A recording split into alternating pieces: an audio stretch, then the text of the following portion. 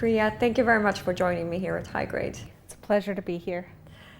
You have questioned whether the current state-based governance or resource governance regimes are fit for purpose. But first off, what do you mean by state-based governance? Well, I think maybe let's take a step back and start with what we mean by governance. Right. So governance, to me as a political scientist, is the exercise of political authority and resources to manage society's affairs.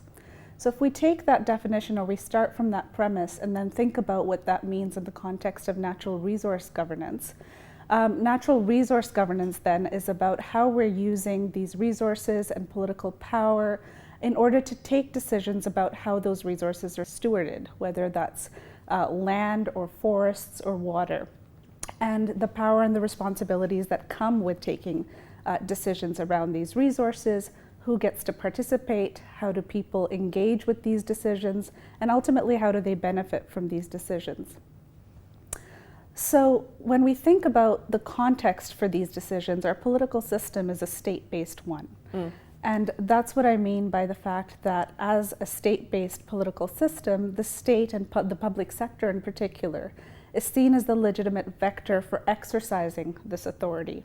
And that's really, in essence, what I mean by state-based governance regimes in the context of natural resource governance. And then the question is, why is it not fit for purpose? Well, I think this question of authority leads me to your second question. So, as I just mentioned, states are seen as the legitimate vector for exercising this authority. But should they be in all circumstances? And I'm not so sure. And I think when we look at issues around resource governance, particularly if you think about the resource curse and how it's enabled illicit economies to flourish, if we think about the privatization of water and whether that's compatible with the fundamental human right to access water, these are all very serious complications that really trouble the assumption that states' authority over natural resources is static, that it's a monolith. We see challenges to that authority both from within the state and from the outside.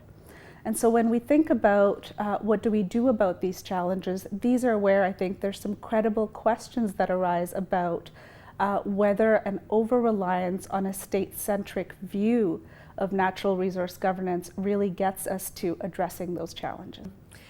And you talk about global governance. I mean, a lot of the issues that you mentioned are global issues, and you talk about global governance as an alternative. What would that look like in practice, and what does it mean in practice? That's a great question. For instance, let's take the Minamata Convention on Mercury. This is a global governance response at the international level to develop a convention to address mercury emissions. The 120 governments that have signed on to this process recognize that this is an issue that requires urgent, coordinated action. And as a transboundary environmental challenge, that's the appropriate solution at the appropriate scale. The problem that I see with that approach, though, is that ultimately it's up to states to ratify the convention and to implement it. But what we see is, although countries are recognizing this and setting very aggressive targets, meaningful change really has to happen at the village level. And CIRDI's work in places like Indonesia, in Colombia, in Kenya, have all brought to light that the very mechanisms, institutions, and processes to enable that vertical integration between a miner operating at a very, very local level in a very specialized context then becomes very difficult to translate their daily work and their access to alternatives to mercury-free processing if you're only looking at it from this global governance perspective or from a state-centric perspective. So this is why we feel it's much more productive to think about what are the governance arrangements, the institutions, the processes that need to be in place at these different scales of governance to enable not only that vertical integration, but also meaning inclusion and participation. And you also point to the rise of private governance in resource extraction. Can you give me some examples of that?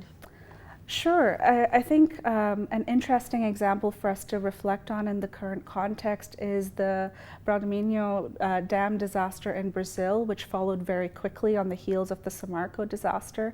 And that raised some very important questions about state capacity and regulatory enforcement around tailings management. What was interesting for me to observe in the aftermath of that disaster, that it was not only states and governments that were engaging in the policy debates around these issues. We see individual companies, we see industry associations, and also shareholders and investors really starting to weigh in on the debate. And indeed, there was a number of institutional investors that used their rights as shareholders through responsible investment approaches, through shareholder activism, to really hold companies to account for better performance on tailings management. That they can actually have a leading effect on the regulatory landscape, and that the setting of standards by private-led organizations can actually motivate states to then rise up to adapt their national regulatory landscape to meet global best practices. Some people would see this as companies taking the role of governments. Is this worrying in some sense?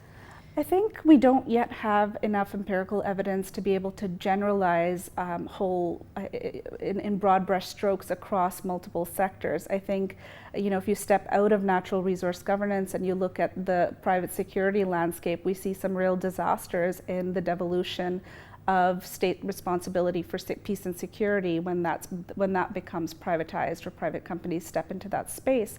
But equally, if you look at humanitarian assistance and complex emergencies, we see phenomenal examples of cooperation between the private sector, states, and civil society in delivering essential services in those contexts. So I think it's very difficult to generalize. If we try to reflect on that question in the context of natural resource governance, what's clear to me, what's clear to CIRDI, is that we're at a point in time where the social role of the private sector is being thoroughly investigated and interrogated and thought about. And I think how firms respond to what they see as their social role is going to vary, and they're going to respond to that scrutiny with varying degrees of progressive thinking. And how would you like to see them respond? And I think what's clear to me is that many leading firms understand that their social role is not simply about delivering shareholder value. It's about building value with communities and building shared value. There's still a number of gaps in building those institutions and processes that will allow for genuine tripartite solutions to emerge between the state, communities, and the private sector. Is the future for resource governance bright? I would say, given the space that we occupy, it's difficult not to be optimistic about the potential of the resource sector to catalyze progress towards those essential sustainable development goals. It's very difficult to envision a future where we are going to meet the basic needs of the Earth's population without relying on a vibrant resource sector. So we have to remain hopeful, we have to remain optimistic about the ability of our society to come together and address those challenges together. Priya, thank you very much for joining me today. Thank you.